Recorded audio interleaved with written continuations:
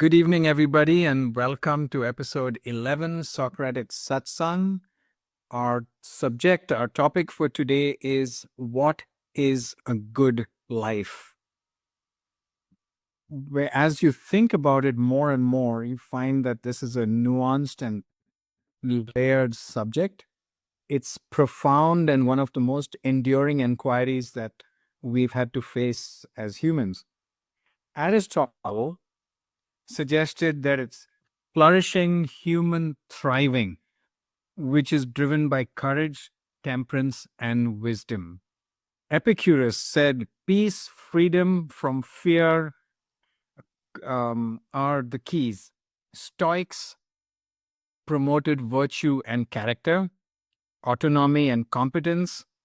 These were the main defining factors for them about what is a good life. Looking spiritually, dipping into a little bit of Hinduism and Christianity, the main influencing factors that pop up are righteousness, compassion, mindfulness, duty, surrender, love, and service. I guess it varies person to person. It's also depends on your own culture, what religion, what country, what's influenced you. I think this has potential for a fabulous discussion. So let's get in. Who would like to go first? Denise, thank you. Thanks, Vin. Hi, everyone. So I'm also going to talk a little bit about Aristotle. You mentioned him. And just doing a little bit of research around the philosophy around this question. And so what I've learned is Aristotle believed that the ultimate goal of human life is something called eudaimonia, which is a Greek word that is often translated as happiness. But it actually means something a little more deeper than that. And that is a state of flourishing or fulfillment. So it's not about fleeting pleasure or a temporary comfort. It's more about living a full, meaningful life over time. And for Aristotle, that meant developing character or living with virtue. Things like Vin had already mentioned, courage and kindness and honesty, and striving to become the best version of ourselves. So a good life in this view isn't necessarily easy either. It's usually one that's a little more intentional or ethical or aligned with someone's true potential. So this really resonates with me because when I think about a good life, I don't see it as a life of ease or constant happiness. So for me, what brings real joy is showing kindness and expressing love, being compassionate, and living with purpose.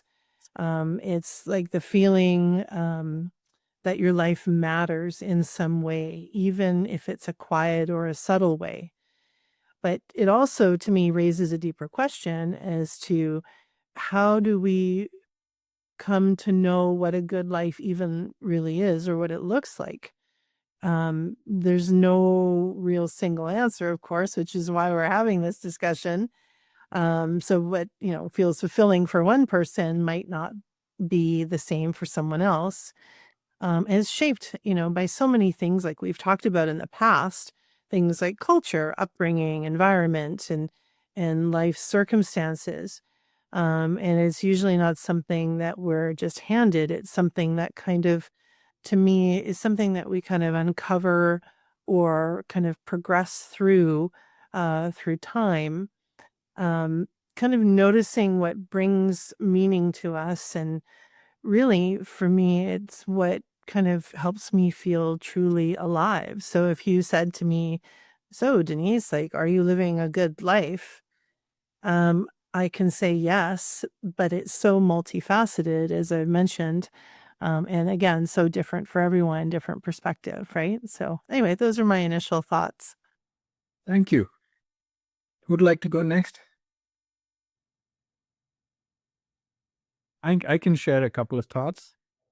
Um, a conscious, virtuous, useful, authentic life with growth and with a fair share of pain and challenges, I think help to make a good life. Some of the essentials would include duty, character, virtue. And when it comes to family, friends, and community, the key word that's popped up to me, and I was talking with Kirstyn, my wife, about this morning, and it was acceptance. We're all unique and we're all a little weird. Some of us a little more weird than the others. But um, being with people or a community that sees your oddness, doesn't turn a blind eye to it, doesn't mean that they accept things that you do which are unacceptable or inappropriate, but they accept you for who you are, is a vital part of creating a good life, are my thoughts.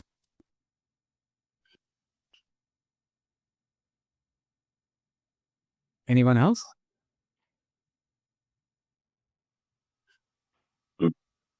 Yes, Simon. Just a quick rejoinder. I'm gonna maybe just politely challenge the idea of like consciousness being like rated in those experiences. I'm not like saying that consciousness, like I'm anti-consciousness, but I do think it's sometimes like overrated. Definitely in the sense of like if we think of like times where you're like really connecting, I think, with like quite an authentic like part of ourselves, it's often when I feel like my like neocortex is actually like shut down a bit and like quieter, and then you can just like be and act, and it's like there's kind of no sense of like hesitancy because you're not consciously like processing things like maybe as much. And so just maybe a quick rejoinder that like I wanna question whether consciousness really does lead to like happiness and fulfillment. Response from me is we're talking about happiness and fulfillment and a good life. I guess a good life would have to get to a good place, you'd have to go through some unhappiness, some pain, some challenges. You'd come out to your better self after you've been tempered a bit. You go through some tempering. And so I guess, yeah, those are my thoughts. Thank you.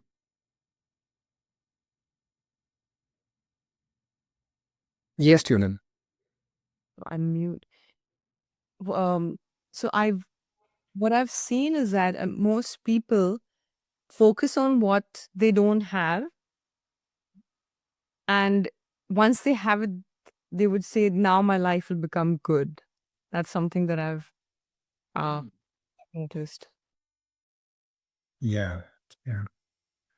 Thank you. Yes, Simon.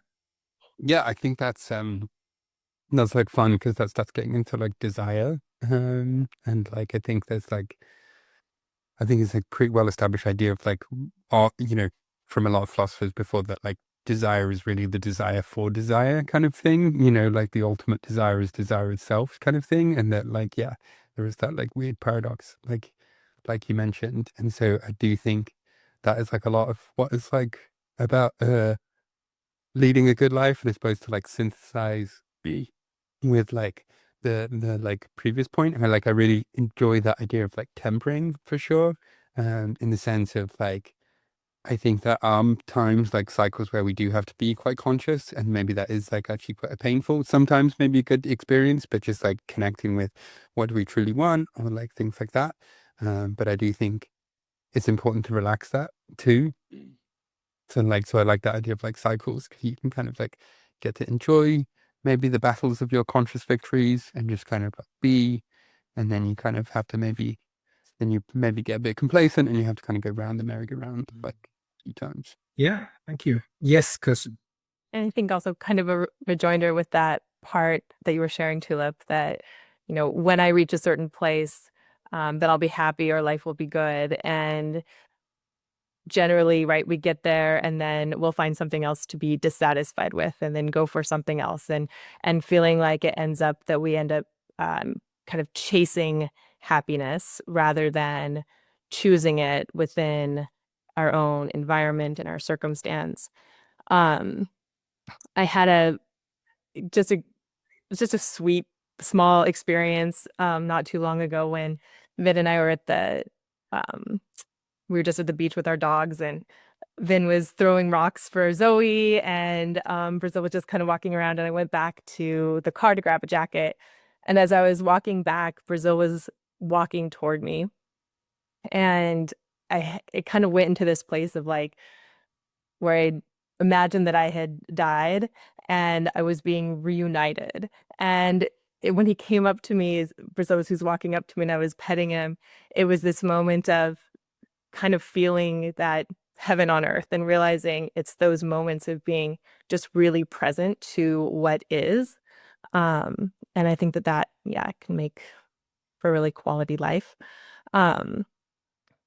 And just another piece, I think quality of relationships has been shown in multiple studies to be one of the most pronounced indicators of happiness. The Harvard Grant study was 80 plus years, and kind of looking across all domains, it comes down to that having those close, supportive, loving relationships that makes the difference. Things like success and money and all of those things can certainly play a role, but they ultimately don't provide that same sense of security, joy, love. Thank you. Gagan? Yeah. Just to add, maybe about some of the qualities that we've talked about and what requires is a good life. One thing that keeps coming up is that tempered state, that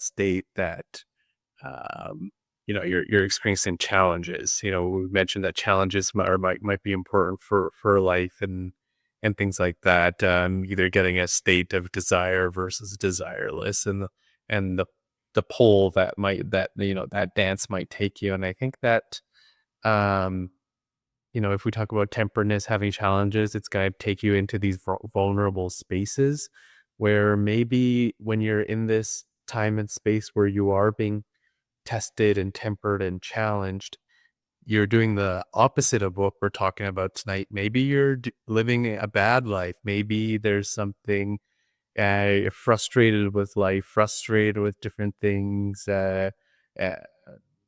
You don't have what you want and you're still working towards it.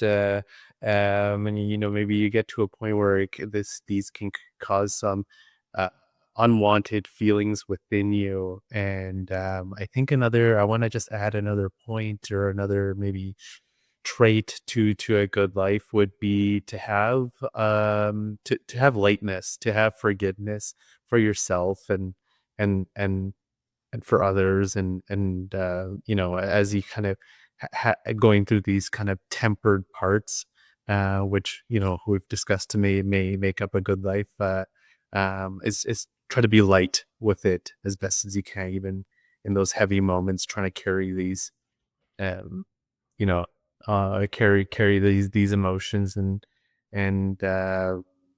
things as you kind of progress in these tempered spaces.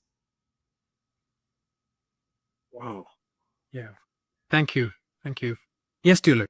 I also feel it's like when we think about the past, like let's say that at this point of my life, maybe I'm experiencing some discomfort and I'm like, hey, life is so bad because there are no rewards or highs. So I may not say life is good, but if I think back and it's momentary, right? Because every day is different. And when I think back, probably there were days that I was okay and not so happy. But today when I think back, I say our life was good because overall it's good. So I think as a human being, we think of this moment or whatever's happening now. But whereas when you say life is good, you're looking at the broader picture, like life has been good. but everything has to be instant. So there's a lot of pressure, obviously, and expectations. So yeah, so that's something that Yeah. these are a few points I thought I could share. Thank you. Gagan? Yeah, I just want to add there's I don't know if you've seen this on like nature shows or something like that, especially underwater shows. There's a bunch of fishes and they kind of swirl around. It's like a big cluster of fishes. They swirl around, make these interesting shapes and patterns and different colors. It's very interesting. And when you kind of look at it, all the fishes together, they're different colors and they're making these very like almost divine forms and colors and things like that. And sometimes you can look at the individual, like, and that's kind of my analogy here for life and what you kind of mentioned here, Tulip. Like, you can look at one day and it's a blue day, it's a dark day, but if you zoom back out, it's just one dot in all your whole life. Even that fish analogy I was going to, like, you can look at one fish, it could be black, if you've seen these clusters of fishes, if you know what I'm talking about. But if you look back, it's kind of like a beautiful like symphony of movement happening with these animals. So sometimes that's just like life. It's just this like big symphony of different colors just happening, good and bad and everything in between. Yeah, that's beautiful. Yes, Rick. Yeah, I think there's a lot that depends on your personal view with this, and how you determine what a good life is very individualized. For example, somebody could think that they've had a horrible life, and then at their funeral, when people are talking about them, they may have a totally different view. That person had such a great life. They accomplished all these things. They did these things. But if the person didn't feel that way themselves, was it really a good life, or are the other people right? So I think if you're looking internally, um, and I think sort of what Camus was getting at was that if we individually have it within ourselves to uh, accept the absurdity that is life, and to embrace that, and find joy in the everyday things, and that makes us positive and happy, and we can have a good life, that even if there's a lot of other bad negative things going on. Just he said, reject the hopelessness, right? um, Basically you're internally focusing on the positive, and there might be a lot of negative things, but um, if you're accepting the positive and the fact that everything else is out of your control, and that you could still live a good life. Or conversely, you could have all these great things going around on you and focus on the negative, and be a very negative, not so good life, right? Um, so I like his philosophy of looking internally, and accepting that positive, living in the moment, living in the day. Um, Not that you're discarding the future or anything, but enjoying what you have right now, and not letting the weight of the world be on your shoulders and bring you down. Yeah. Yeah. Yes, Simon. Yeah, that was really cool. I think like I appreciated like the idea in there that like kind of, there's a lot of stuff out of your control about what makes a good life kind of thing. I think like, circumstance plays like such a big role. Now, like obviously there's like a reaction to it, but I think like even like you can skip over the circumstance part like quite quickly. But I guess I was like just finally got around to finishing off like Dostoevsky's Crime and Punishment, because it's a bit of a beast kind of thing. But yeah, I really appreciated it, and like as someone who's not a Christian in any way, I thought it was really, it had like it certainly kind of opened my eyes to ideas of kind of Christianity that I maybe hadn't like quite given them their dues before, philosophically. And I suppose like the idea of like how do you kind of like bear your cross, as it were. when, like there's just a lot of destitute Russians in Crime and Punishment, kind of thing. You're hearing a lot of like very kind of awful circumstances that people are in. And like I kind of thought like he definitely made like a bit of a case for kind of like what to do in that like circumstance. And that, like for him, I think that was like quite rooted in faith. I think like my interpretation of it is a little bit more I think closer to like Kirstyn's kind of thing, which is like basically don't get like so distracted with kind of like changing the world that you actually kind of lose track with like the important key relationships that are around you kind of thing. And that like if that means like going through some suffering to keep those core relationships like around you like solid and stable, you should kind of like all the time choose to bear that cross and like keep those core people around you, like even if that's a lot of like servitude for going through suffering and going through like what maybe could look like a bad life kind that you could easily get like resentment for. So yeah, I just think it's like that's to conclude just like the whole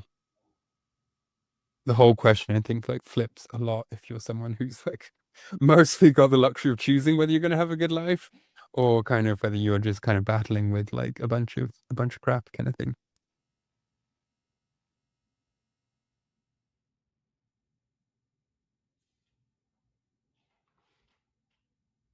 You brought a lot of great points there, Simon. One thing I just wanted to kind of, I guess, touch on is kind of bearing of the cross, maybe, and something also Vin kind of mentioned that Vin mentioned a few points that kind of overarching cover maybe what you need in a good life: duty, virtuousness, and things like that. But one thing he also threw in a curveball, and I think we all kind of can relate to, is that everybody has their own unique craziness to them that is just unique and and I think it's just, if you want to ever interact with people, it's just something you have to accept with everyone and things like that. um Virtuousness and things like that. Things you mentioned, Simon, I guess faith and maybe that role and what it means in a good life. And I think it has value to some circumstances. Uh, I mean, some circumstances it doesn't, but for at least for I'm trying to think positively here. And you mentioned the bearing of the cross and um I mean, Christ had to bury that cross, the whole story with that, and for the good of mankind. And that's maybe that's a duty. I think that's part of the craziness. Maybe everybody might have that cross that they must have to bear, whether they want to or not. That duty, let's say, that we have to bear, and that's kind of kind of having a dance to whether accepted or not, and things like that. One other thing that you mentioned, Simon, I'll just quickly wrap up here, is kind of something along the lines of kind of picking your own battles and trying to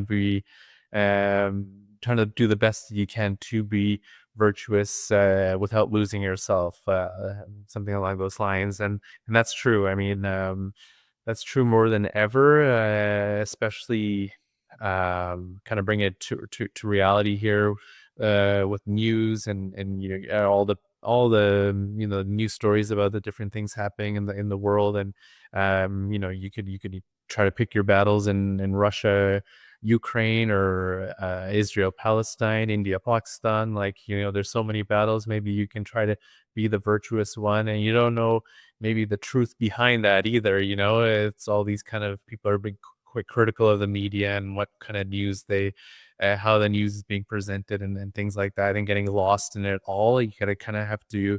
It's very important, I think, to pick your battles, and especially now more than ever. A thought I've been having, thank you, Gagan. A thought I've been having is when we say what is a good life, we are talking about your life, not a moment in your life. So, can you have a good life without suffering or without pain? Because most growth comes with some pain. most learning or mindfulness or self-awareness comes with some pain. So is it possible, or isn't pain an integral part of a good life? Some suffering. Yes, Tulip. I agree, definitely, because when you've gone through discomfort and when you come out of it in any form, that's when you appreciate what you have. If it's going to be consistent, then you will not know the difference. Yeah. Yes, Anu. Um, the only thing that like I just like think about with that is like some like new like some apparently there's been some like research in terms of like kind of kids, really young kids, like what should you do with like kind of up to kind of 3, and like should you kind of like is kind of had like the idea of like too much loving them, which like if there was a sense of like we could only know good with kind of bad, like you'd maybe kind of think like, okay, we shouldn't kind of over reassure the baby or kind of give them too much comfort. But it seems like kind of like actually what sets us up really well in life is like just like that first critical part of our life. So like I like, don't get me wrong, I really think there's a lot to this idea of tempering and suffering, but I find it curious that the very first part of our life, this like critical part, it seems like one of the best things that we can do is just give like unadulteratedly good like experiences to like a young person, and that sets them up for like an interesting foundation, which maybe just kind of goes against the idea of like a little bit like that we always need the two to understand, and maybe we're actually a little bit hardwired to like understand connection and kind of love. I don't know. Thank you. Gagan? Yeah, one thing I wanted to just when you mentioned about is pain necessary in life and things like that. First person that came to my mind was the late Queen Elizabeth, who lived a very long life. And you can maybe, I don't know, if maybe outside looking in, it seemed very comfortable, So, uh, you know, um, uh, and she lived a long life. Is longevity and no pain equals a good life? I mean, it's hard to tell. Maybe, so she I think of about her. I don't know. I just like it seems like she didn't have much pain or anything like that. And did she live a good life? Did she, create some long lasting impact? People just, generally have an idea of the monarchy. So maybe, I don't know, I'm not going to convince some people if she lived a good life or not. But yeah, sorry. It's who I thought of when he mentioned that about someone living without pain. That's lovely. Thank you. We've got 4 rejoinders for you, so I'll start with Drake, Tulip, Denise, and then me. I'm sure the others would have covered what I have in mind, but let's go with Drake first. Thanks. I just want to come back about the thought that Queen Elizabeth suffered no pain, that type of idea, that it was all very positive. When you look at her, quite young, she lost her father while she was overseas, right? That's got to be hard. And then she had to take on this huge burden of um, taking over the monarchy at such a young age. And there's a lot of traditions in there that are very hard to maintain. And over the years, she somewhat modernized the monarchy, but I'm sure that was very stressful, very hard in its own ways. If any one of us went into that situation, it would certainly be a huge challenge, right? Now she was brought up in a life to go there, but she also served in the military at one point, right? World War II. So she did do a lot and see a lot where there would have been opportunities for suffering. Now, you and I look at it and think the lavish lifestyles, everything else, and that's what we see. We don't recognize um, all the potential hardships that were there. And I think that's the same fault that we have when we're looking at anyone else. We tend to see one side of it, either predominantly all the negative things or predominantly all the positive, and we don't really get that balanced view because we're coming at it with our vision, our idea of what a good life is. And in reality, like I was getting at earlier, uh, everyone determines for themselves inside what a good life is, which of those different characteristics we've talked about. So it's hard to judge, just like with anything. Um, if any particular person's had a good life, we can say someone's had a great life.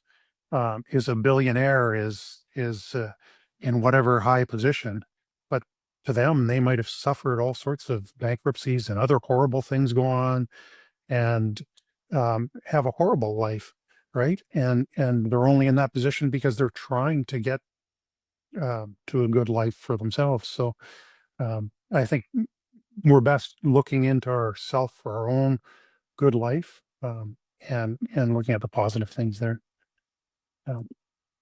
That's all. I just wanted mainly to focus on the hardships that Queen Elizabeth would have had that sometimes we wouldn't see. Thank you, Drake. Over to Tulip.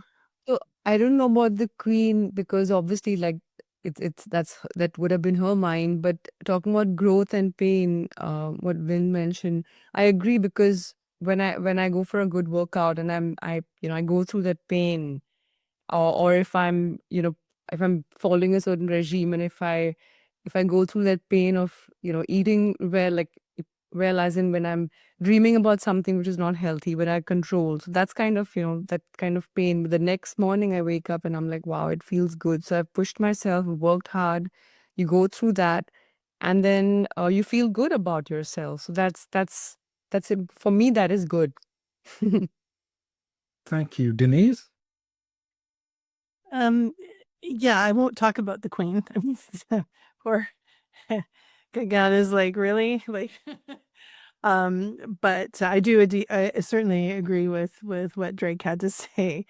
And it made me think a little bit about perspective, and I really do share the same viewpoint that Drake shares. It is really dependent on the person and the individual. What is good to one person would be maybe not so good to another. So to me, perspective is a huge player in this. As far as like, to me, when I think about the challenges in my own life, my daughter was diagnosed with autism when she was 2, and she's kind of a moderate to severe diagnosis, if you will. She's an amazing adult kid. And have I been through massive challenges with her? Absolutely. The system, everything. It's just been, however, when perspective comes into play, those challenges, they're challenging at the moment. But when I think about my life overall, at the very core of everything is gratitude. And when that overlays into every part of my life, it changes my viewpoint from, okay, yes, there's a challenging situation, but I don't look at my life and go, I'm not having a good life because I have to deal with something. Um, when you travel to other countries, when you go to different places, see different cultures, it's not even cultures, it's just what some people have and what some people don't. And not necessarily just material, but in my daughter's case, she has, a mental impairment, if you want to call it that. Um, and then, I think, well, I've got my mental faculties most of the time anyway. So, you know, y- you can start putting things into perspective. I had a friend who was dating a fellow whose family lived in Mexico. And here, kids get lots of presents for Christmas, and it's a huge to do. And yeah, there's probably a religious aspect to it, but there's also a very commercialized aspect to Christmas, certainly in North America. And she went with her boyfriend to Mexico to visit his family, and they lived in a very rural part, just outside of Mexico City. And the child that was in the family got one present. And you'd think that you'd just given her like a million presents. She was so excited and so happy. And so, is she living a good life because she only got one present versus somebody, equivalable in North America, in the US or Canada, who was showered with a whole bunch. Like, if you asked that little girl when you were a kid, or that girl when you were a kid, how did you feel, or how do you feel now? People only know what they know.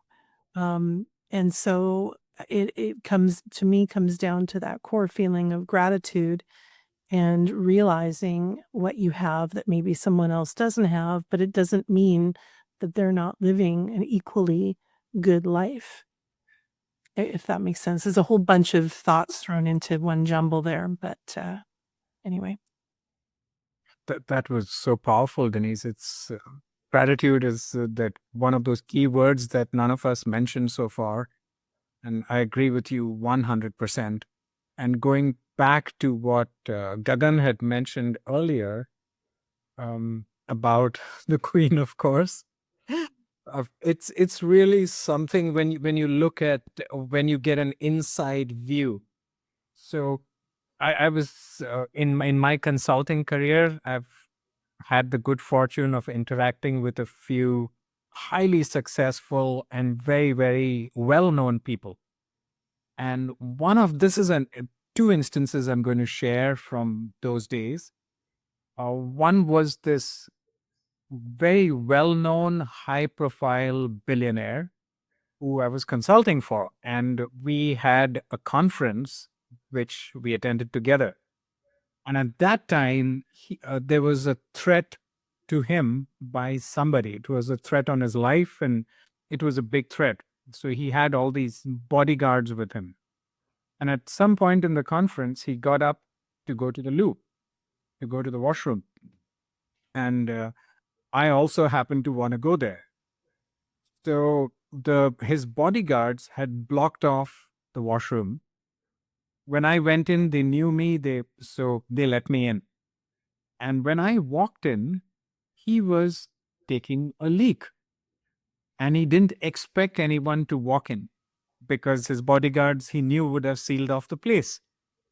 But they let me in. And when he heard the door open, he got so terrified that he literally peed all over the place in front of me. It was like he had a panic attack. And that really stayed with me, the fear and the terror. Of course, that was just a moment in his life. It was not all his life. And I just felt gratitude for not being in that position. And the other incident I was thinking of was I had, again, the fortune of hanging around with a few, or not just hanging around, but working with and doing business with a few film personalities.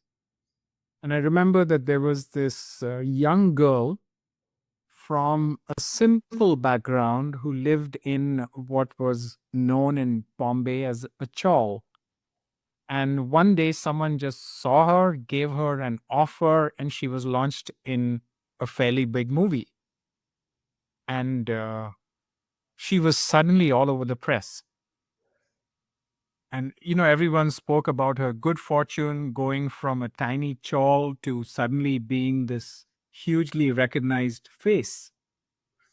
Her career didn't last very long. It didn't go more than 1 or 2 films. And then I ran into her about 4 or 5 years later, and we were having a conversation, and she told me about how difficult life had become for her after the movie. Because now that she was a known face, she couldn't just use public transport. She couldn't go by the most popular transport in India, which is auto rickshaws, without being mobbed or without people seeing her. At the same time, her career was not doing well, so she really couldn't afford to have a fancy car either. So she was between this rock and hard place and struggling, whereas to the outside world, she was this hyper successful person who had come from nowhere and become something big. Thank you. Over to you, Gagan. Thank you everyone for sharing their point of views, and thank you, Drake, for enlightening me more about the Queen. That was great. One thing that we've all kind of shared about what is a good life is or maybe it's our perspective, and thank you for Denise, you opened up there and let us into your life, and ultimately it's your perspective and then how you kind of view it. And we can, it's something that kind of was touched on before. It's like we're painting a picture on a canvas, right? And you kind of look at, you're gonna look at this picture. You can argue if you are really painting the picture, but maybe that's a different discussion. But this picture is being developed in front of you, whether you have control of it or not. And you look at this picture and you decide, is that the really at the end of the day, bottom line to this question is you're just asking yourself this question: what is a good life? Is this a good painting? You're just asking yourself as you look at this painting that's being developed in front of you, is this a good painting? Is that where the answer lies ultimately to this question?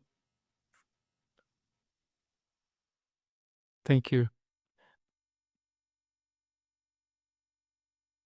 Honest, yes, Sam. Um, yeah. So George isn't here, so someone needs to speak about Nietzsche. Um, uh, yeah. Yeah. There's a cool idea that I've been trying to jump back into Nietzsche a bit and like understand him a bit better. He's like definitely easy to misunderstand, but he's got this cool idea of like that there's like 3 stages to kind of a life of like a kind of spirit, like kind of free to like kind of reach its highest potential, as it were. Um, and then there's like, yeah, these 3 stages, the camel stage, the lion stage, and the baby stage, which is quite fun. So the camel is like the stage in your life where there is a lot of like bearing the cross. There's a lot of like kind of accepting like social, like the things that you need to do and like the obligations kind of thing. And so you're kind of just like this camel that's like bearing the burden of kind of life. And then there's like the lion, which is like when you like start to like question like these like ideas, and like there's like a dragon in this like imagery too. There's like the dragon of thou shalt, and basically it's like the lion's job to like destroy every scale, like because every kind of scale of the dragon has like a different thing that you should do, kind of thing. And so that like it like that emerges kind of like from the camel, this like lion. And then after that, then you've kind of got like this like actually like fuller, kind of like even freer idea of like a baby, which is like where what you're kind of like really valuing is like affirming your own values for themselves, kind of thing. You're not like really like fighting off like what you should or shouldn't do. You're just like affirming your own values. And like kind of like creativity and like innocence kind of like within that like process. And I guess like I've been trying to like understand more like some of the like philosophies that like underpinned his like ideas, and like why he's kind of got the classic like God is dead kind of thing. um and yeah, I think a lot of that is just because like of that, like what he sees in the potential of that baby kind of self, which is like a good life is one where we look not necessarily to like impose like the outside like world's idea of like what is right or wrong, and that like we become like something that's capable of like choosing and affirming that for ourselves, and like actually like exerting our like own will to power on the world, rather than just like inwardly receiving things from like a pre-constructed idea of like what is like wisdom. So yeah, anyway, thought I'd just throw in a bit of Nietzsche. Thank you. A question for what you said just now is, are these 3 stages they have to go in this order, or once you crossed one stage, do you go back there, or have you evolved out of it? Yeah, I think like Nietzsche thought that like lots of people didn't even make it out the first stage kind of thing. But like, yeah, a lot of these ideas are like quite like in your mind. And I think in the modern context, like lots of this stuff's happening all at the same time kind of thing, like in your brain at once kind of thing. So it's definitely think him kind of employing like archetypes more than necessary, like definite stages. But yeah, I still find that useful. Thank you. Yes, Kirstyn. I think actually one of the things I had written down kind of initially for a good life is this being aligned, where you're aligned with something internal that is free from kind of these other influences or perspectives, and kind of having that trueness to self. I think it kind of touches on that. And I think that's also very much a journey as we are learning ourselves and finding new parts of ourselves along the way. Yeah, so it just made me think of that. And in terms of then what you'd been asking with, is pain a necessary component? I do agree with that. I think that those challenges that we face and being able to develop the resiliency, the capacity to meet whatever comes our way with skill, or at least the willingness to learn new skills, is such a strength and an aspect of a good life.